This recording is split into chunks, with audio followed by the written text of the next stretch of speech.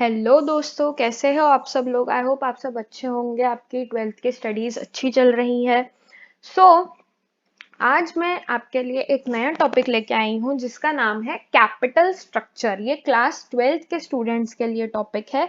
आपका एक टॉपिक है कैपिटल स्ट्रक्चर, उसको आज हम डिस्कस करेंगे। तो चलिए वीडियो को शुरू करते हैं। तो इस वीडियो में हम जानेंगे कि कैपिटल स्ट्रक्चर होता क्या है।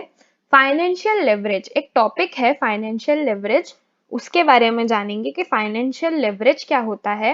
और फैक्टर्स डिटरमाइनिंग कैपिटल स्ट्रक्चर, किस तरह से कैपिटल स्ट्रक्चर बनाया जाता है, क्या क्या फैक्टर्स को ध्यान में रखते हुए बनाया जाता है, उसे हम देखेंगे। चलिए शुरू करते हैं। तो सबसे पहले what is capital structure. The structure or composition of capital of a company is called capital structure। कि जो अपना बिजनेस का कैपिटल है वो कैसे बना है, ठीक है, वो कैसे बना है उसको कहते हैं कैपिटल स्ट्रक्चर। जैसे अगर मैं आपको बोलूं कि आपको कोई सब्जी बनानी है, ठीक है, आपको कोई सब्जी बनानी है, सब्जी को रख लो आप कैपिटल स्ट्रक्चर पे, ठीक है। तो आप वो सब्जी कैसे बनाओगे। सबसे पहले सब्जी काटोगे, उसके बाद उसमें तड़का लगाओगे, फिर वो सब्जी बन जाएगी, है ना। उसके बाद आप नमक मिर्ची हल्दी वगैरह जो भी उसमें डलता है वो सब डालोगे और जो भी है आपकी जो सब्जी है वो बन जाएगी। तो वैसे ही कैपिटल स्ट्रक्चर कैसे बना है, किसी भी कंपनी का कैपिटल स्ट्रक्चर कैसे बना है, वो होता है कि भाई कैपिटल स्ट्रक्चर। अब यहाँ पर आप एक एग्जाम्पल से देख सकते हो। मैंने एक ऐसे ही हाइपोथेटिकल इमेजिनरी एग्जाम्पल लिया है कि सपोज कोई कंपनी है जिसका कैपिटल स्ट्रक्चर कुछ इस तरह से बना हुआ है जो ये आप पाई चार्ट में देख पा रहे होगे। सपोज करो कि इक्विटी शेयर होल्डर्स मतलब ओनर के फंड्स जो है ना, ओनर फंड्स जो है वो 60% है मान लो, ठीक है। लोन्स जो लेके रखे हैं कंपनी ने वो 19% लोन्स लेके रखे हैं। बोरोड कैपिटल जो है कंपनी का वो 20% है और 1% जो है वो रिटेन्ड अर्निंग्स है जो फ्यूचर के लिए यूज होंगी। तो इस तरह से किसी भी कंपनी का जो कैपिटल स्ट्रक्चर है वो क्रिएट होता है। देखिए इसको थोड़ा और समझते हैं। It is the proportion of debt taken, है ना, मतलब कि आपने जो इक्विटी शेयर होल्डर्स है अपने यहाँ पे 60% देख रहे हो, है ना। तो यहाँ पे कि कैपिटल स्ट्रक्चर ये होता है कि कंपनी में जो ओनर फंड्स है, जो इक्विटी शेयर होल्डर्स हैं, जो शेयर होल्डर्स है कंपनी के, जो इक्विटी है कंपनी के, उसके खिलाफ में, है ना, उसके खिलाफ में, उसके बदले में आपने कितना डेट उठा रखा है, मतलब बोरोड कैपिटल उठा रखा है ना, मतलब बोरोड कैपिटल उठा रखा है। अगर इस एग्जाम्पल से हम देखें तो भाई आपने 60% के बदले में 20% जो है आपने बोरोड कैपिटल मतलब डेट उठा रखा है, जिससे कि जो कंपनी के अलग अलग ऑपरेशंस है वो चल सकते हैं। तो कैपिटल स्ट्रक्चर जो है एक तरह से कैपिटल बना कैसे है, कितना बोरोड कैपिटल है, कितना इक्विटी कैपिटल है। देखिए इक्विटी कैपिटल तो कंपनी में रहता ही है, हमें बेसिकली फोकस इस चीज पे करना है कि डेट कितना उठाना है, कंपनी को डेट कितना उठाना है ताकि इक्विटी शेयर होल्डर्स को कोई नुकसान ना हो, है ना। इक्विटी शेयर होल्डर को कोई नुकसान ना हो, इसको ध्यान में रखते हुए कितना डेट उठाया जाए, ये कैपिटल स्ट्रक्चर में मेन ध्यान रखना रहता है, ठीक है। It represents how much is the debt capital, मतलब डेट कितना है इधर, और एंड इक्विटी कैपिटल मतलब ओनर कैपिटल कितना है, ठीक है। और capital structure must be such which increases the value of equity shares. देखिए इक्विटी शेयर होल्डर्स को कोई नुकसान नहीं होना चाहिए क्योंकि वो रियल ओनर्स होते हैं कंपनी के, है ना। तो एक ऐसा स्ट्रक्चर होना चाहिए कैपिटल स्ट्रक्चर जिसमें जो इक्विटी शेयर्स होते हैं ना उसकी वैल्यू बढ़े, और जो इक्विटी शेयर होल्डर्स की वेल्थ होती है, जो उसको प्रॉफिट का भाग दिया जाता है, जो डिविडेंड दिया जाता है, जो वेल्थ है इक्विटी शेयर होल्डर्स की, वो मैक्सिमाइज होनी चाहिए, वो ज्यादा से ज्यादा होनी चाहिए। तो ऐसा एक कैपिटल स्ट्रक्चर होना चाहिए, मतलब कि बिजनेस के ऑपरेशंस को चलाने के लिए इक्विटी के बदले कितना डेट उठाया जाए कि एक प्रॉपर हमारा बिजनेस जो है वो चल सके, उसको कहेंगे हम कैपिटल स्ट्रक्चर। तो इस तरह का कुछ कैपिटल स्ट्रक्चर, मतलब ये तो इमेजिनरी है, इस तरह का कुछ कैपिटल स्ट्रक्चर जो है वो बनाया जाता है कंपनी के द्वारा। कितना इक्विटी शेयर होल्डर्स के पास होना चाहिए, कितना बोरोड कैपिटल होना चाहिए, और जो भी अलग अलग चीजें होती हैं, तो ये होता है एक कैपिटल स्ट्रक्चर। आई होप आपको क्लियर हो गया होगा। चलिए आगे बढ़ते हैं। अब जो फाइनेंशियल लेवरेज की मैंने बात की थी, देखो फाइनेंशियल लेवरेज से ही कंपनी ये डिसाइड कर पाती है कि उसको कितना डेट उठाना है। देखो फाइनेंशियल लेवरेज मतलब क्या होता है, the use of long term fixed interest bearing debt, मतलब लॉन्ग टर्म जो लंबे समय तक चलेगा, फिक्स्ड इंटरेस्ट बियरिंग डेट मतलब एक ऐसा डेट जिस पर क्या है, इंटरेस्ट देना पड़ेगा आपको, है ना, एक ऐसा डेट जिसपे आपको इंटरेस्ट देना पड़ेगा। तो वो कितना यूज करना है कंपनी को, है ना, डेट देना पड़ेगा आपको, सॉरी चार्जेस देने पड़ेंगे। फिक्स्ड इंटरेस्ट चार्जेस तो है ही सही अपने पास, फिक्स्ड इंटरेस्ट चार्जेस तो है ही सही अपने पास, लॉन्ग टर्म भी है। तो हमें ये डिसाइड करना है कि कितना डेब्ट उठाना है, कितना होगा, हाउ मच, ठीक है, कितना होगा, हाउ मच। तो the use of long term fixed interest bearing debt, एक ऐसा डेट जिसपे फिक्स्ड इंटरेस्ट चार्ज है, जैसे डिबेंचर्स। डिबेंचर्स पे आपने देखा होगा कि पर्टिकुलर अमाउंट रहता है और उस पे इतना परसेंट कुछ डिबेंचर इंटरेस्ट रहता है ना। लोन्स, लोन्स पे आपने देखा होगा कि इतना परसेंट कुछ आपको जो है इंटरेस्ट देना पड़ता है ना। फिर जो भी चीजें होती हैं जैसे प्रेफरेंस शेयर होल्डर्स होते हैं जिनको भी कुछ कुछ पर्टिकुलर इंटरेस्ट का मतलब पर्टिकुलर डिविडेंड परसेंटेज जो है वो देना पड़ता है। तो ऐसे बहुत सारे बोरोड कैपिटल मतलब डेट में बेसिकली ऐसा कितना लॉन्ग टर्म डेट उठाना चाहिए हमें जिसपे फिक्स्ड इंटरेस्ट चार्ज लगा हुआ है ना।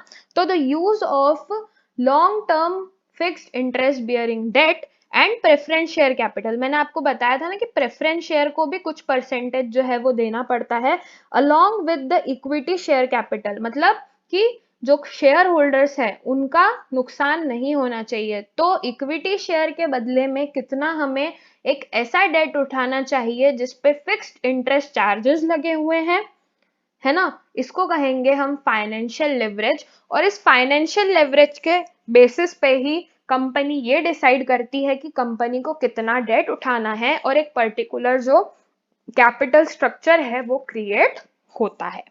अब फाइनेंशियल लेवरेज का फॉर्मूला क्या होता है दोस्तों, फॉर्मूला होता है EBIT अपॉन EBT। EBIT का मतलब होता है earning before interest and tax, earning before interest and tax upon earning before tax, इसी को कहेंगे हम फाइनेंशियल लेवरेज। एक एग्जांपल से समझते हैं। सपोज किसी कंपनी ने 2 लाख की सेल्स करी है, उसकी जो वेरिएबल कॉस्ट है वो 80,000 है। तो अगर हम सेल्स में से वेरिएबल कॉस्ट हटा देंगे तो हमें मिलता है कंट्रीब्यूशन, मतलब कंपनी ने इस पर्टिकुलर सेल्स में टोटल कंट्रीब्यूशन उसका कितना है। तो 1,20,000 आया। फिर उसमें से हम घटा देंगे फिक्स कॉस्ट, कंपनी की जो फिक्स कॉस्ट लगती है वो, तो वो है सपोज करो 20,000 रुपए। देखिए जो भी माइनस के अमाउंट होते हैं ना उसको हमेशा ब्रैकेट में लिखते हैं, ठीक है, ब्रैकेट में लिखा हमने। फिर जो हमारा EBIT आया मतलब earning before interest and tax आया, वो आया 1,00,000 रुपए, 1,20,000 माइनस 20,000। फिर हमने क्या किया, ये चीज मेन है कि हमारे पास interest charges, fix interest charges जो थे वो हमने लेस कर दिए। सपोज करो थे 37,500, वो लेस करने के बाद हमारे पास जो टैक्स पे करने के पहले का अर्निंग बचा है, पहले का प्रॉफिट बचा है, वो है 62,500। तो अब हमने क्या करा, देखिए फाइनेंशियल लेवरेज का फॉर्मूला क्या होता है, earning before interest and tax divided by earning before tax. तो हमारा अर्निंग बिफोर EBIT कितना था, 1,00,000 रुपए, डिवाइडेड बाय EBT कितना था 62,500। इसको जब हम डिवाइड करेंगे तो आएगा 1.6:1। तो ये जो इस तरह से हमने क्या करा है, फाइनेंशियल लेवरेज निकाला है। तो कंपनी क्या कर सकती है, इक्विटी शेयर्स के खिलाफ 1.6 समथिंग कुछ जो रहता है परसेंटेज रहता है, उतना वो क्या कर सकती है, डेट उठा सकती है जिसपे फिक्स्ड इंटरेस्ट चार्जेस हो। ठीक है, तो इस पर इस ये फाइनेंशियल लेवरेज पे कंपनी जो है वो डिसाइड करती है कि उसको कितना डेट उठाना है। आई होप आपको क्लियर हुआ हो। चलिए अब बात करते हैं factors determining capital structure, cash flow position of the company, कि भाई कैपिटल स्ट्रक्चर में डेट उठाने के लिए, डिविडेंड को पे आउट करने के लिए, शेयर्स को इशू करने के लिए, फ्लोटेशन कॉस्ट पे करने के लिए, ये सब चीजों के लिए पर्टिकुलर एडिक्वेट कैश फ्लो है कि नहीं कंपनी के पास, उतना पैसा है कि भी नहीं कंपनी के पास कि वो सारे ये जो खर्चे हैं वो उठा सके। तो इस बेसिस पे डिसाइड होता है कैपिटल स्ट्रक्चर। फिर एक होता है इंटरेस्ट कवरेज रेशियो, मतलब ब्याज शुल्क का भुगतान करने के लिए कंपनी का कितना लाभ उपलब्ध है, मतलब इंटरेस्ट पेमेंट करने के लिए कंपनी ने जो डेट उठाया है ना, इंटरेस्ट कवरेज मतलब जो ब्याज है, जो इंटरेस्ट है, उसको कवर करने के लिए, उसको पे ऑफ करने के लिए, उसको पे ऑफ करने के लिए कंपनी के पास एडिक्वेट प्रॉफिट है या नहीं, उसको हम कहेंगे इंटरेस्ट कवरेज रेशियो। तो इंटरेस्ट कवरेज रेशियो का फॉर्मूला होता है EBIT डिवाइडेड बाय इंटरेस्ट। तो इस तरह से इस फॉर्मूले के यूज से कंपनी ये पता कर सकती है कि अपने पास एडिक्वेट प्रॉफिट है या नहीं कि हम जो इंटरेस्ट चार्जेस है उसको पे ऑफ कर सकें। तो इससे डिसाइड होता है कैपिटल स्ट्रक्चर। फिर debt service ratio, debt service ratio जो है इसी का थोड़ा सा एक्सटेंशन है। कैसे कि इंटरेस्ट कवरेज रेशियो में सिर्फ हम इंटरेस्ट पेमेंट की बात करते हैं, लेकिन डेट सर्विस रेशियो में इंटरेस्ट चार्जेस के साथ साथ जो उसका प्रिंसिपल अमाउंट होता है, बेसिक अमाउंट होता है, उसका भी पेमेंट हो। तो ये भी देखा जाता है जब कैपिटल स्ट्रक्चर डिसाइड होता है। ठीक है, तो इसे कहते हैं डेट सर्विस रेशियो। ये सब आपने रेशियो एनालिसिस में ये सारे रेशियोज पढ़े ही होंगे। ठीक है, फिर रिटर्न ऑन इन्वेस्टमेंट, मतलब अगर कंपनी कहीं इन्वेस्ट करती है तो उसको कितना रिटर्न मिल रहा है ये देखा जाता है। कॉस्ट ऑफ डेट, की जब कोई कंपनी बोरोड कैपिटल से पैसा उठा रही है, डेट उठा रही है, तो उसका कितना कॉस्ट लगता है ये भी देखा जाता है। उसके बाद टैक्स रेट्स देखे जाते हैं कि कंपनी के मतलब जो इनकम टैक्स के क्या रेट्स हैं।